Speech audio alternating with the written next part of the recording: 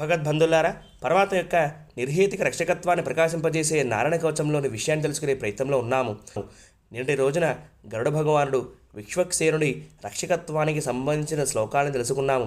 ఈ కవచంలోని 20వ శ్లోకము, యదాహి భగవానేవ వస్తుతః సదసత్యయత్ సత్యేనానేన నస్సర్వే యాంతు నాశముపద్రవ. కార్యకారణ రూపముగా ఉన్న ఈ సకల జగత్తు వాస్తవముగా భగవత్ స్వరూపమే. అటువంటి సత్యభావము కూడా మా ఉపద్రవాల నుండి కాపాడాలి అని ఈ శ్లోకానికి ఉన్న అర్థం. అన్నలమ్మవారు తిరుప్పావళి ధనుర్మాస వ్రతంలో 23వ పాసురం మారిమలై ముషంగిల్లో ఈ కార్యకారణతత్వం గురించి చెబుతుంది. కారణతత్వము అంటే సృష్టి అంతా తన లోపలికి చేరిన స్థితి. కార్యతత్వము అంటే తన లోపల ఉండే సృష్టిని మళ్ళీ బయటికి తీసుకుని రావడం అనే స్థితి. సర్వభూతాని కౌంతేయ ప్రకృతిం యాంతి మామికాం కల్పక్షయే పునస్తాని కల్పాదో విసృజామ్యం అని అంటాడు గీతాచార్యుడు.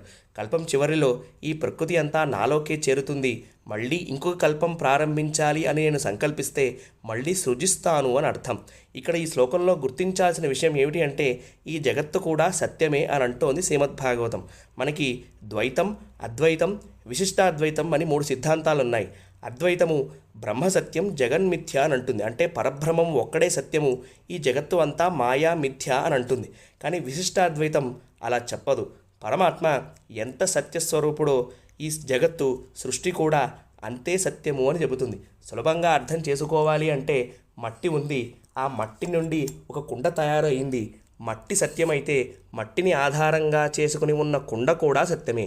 పరమాత్మ సత్యము, జగత్తు కూడా సత్యమే. కానీ ఈ జగత్తు నిత్యము కాదు, అంటే ఎప్పటికైనా ఈ జగత్తు అంతా కూడా ప్రళయకాలంలో పరమాత్మ లోపలికి చేరిపోతుంది. అందుకే గీతాచార్యుడు చెప్పిన శ్లోకంలో కల్పం చివరిలో ఈ సృష్టి నాలోకే వచ్చేస్తుంది అని చెప్పడంలో ఉన్న అంతరార్థం ఏమిటి అంటే ఈ జగత్తు సత్యమే కానీ నిత్యము కాదు అని అర్థం. కల్పము అంటే 14 మన్వంతరాలు, ఒక మన్వంతరంలో 71 మహాయుగాలు ఉన్నాయి. మనం ఇప్పుడు శ్వేత వరాహ కల్పంలో వైవస్వత మన్వంతరంలో 28వ మహాయుగంలోని కలియుగంలో ఉన్నాం. కృష్ణావతారము 28వ మహాయుగంలోని ద్వాపర యుగంలో జరిగింది. రామావతారము స్కాంద పురాణం ప్రకారం అయితే జరిగింది 12వ మహాయుగంలోని త్రేతాయుగంలో జరిగింది. అందుకోసమనే యుగాలు మారిన రామకథ, కృష్ణకథ అలాగే ఉంటాయి.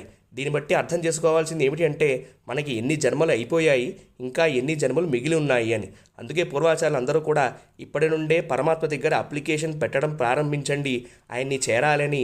ఎప్పుడైతే మనం ఆయన్ని చేరతామో ఈ జన్మ పరంపరలన్నీ కూడా ఆగిపోతాయి అని.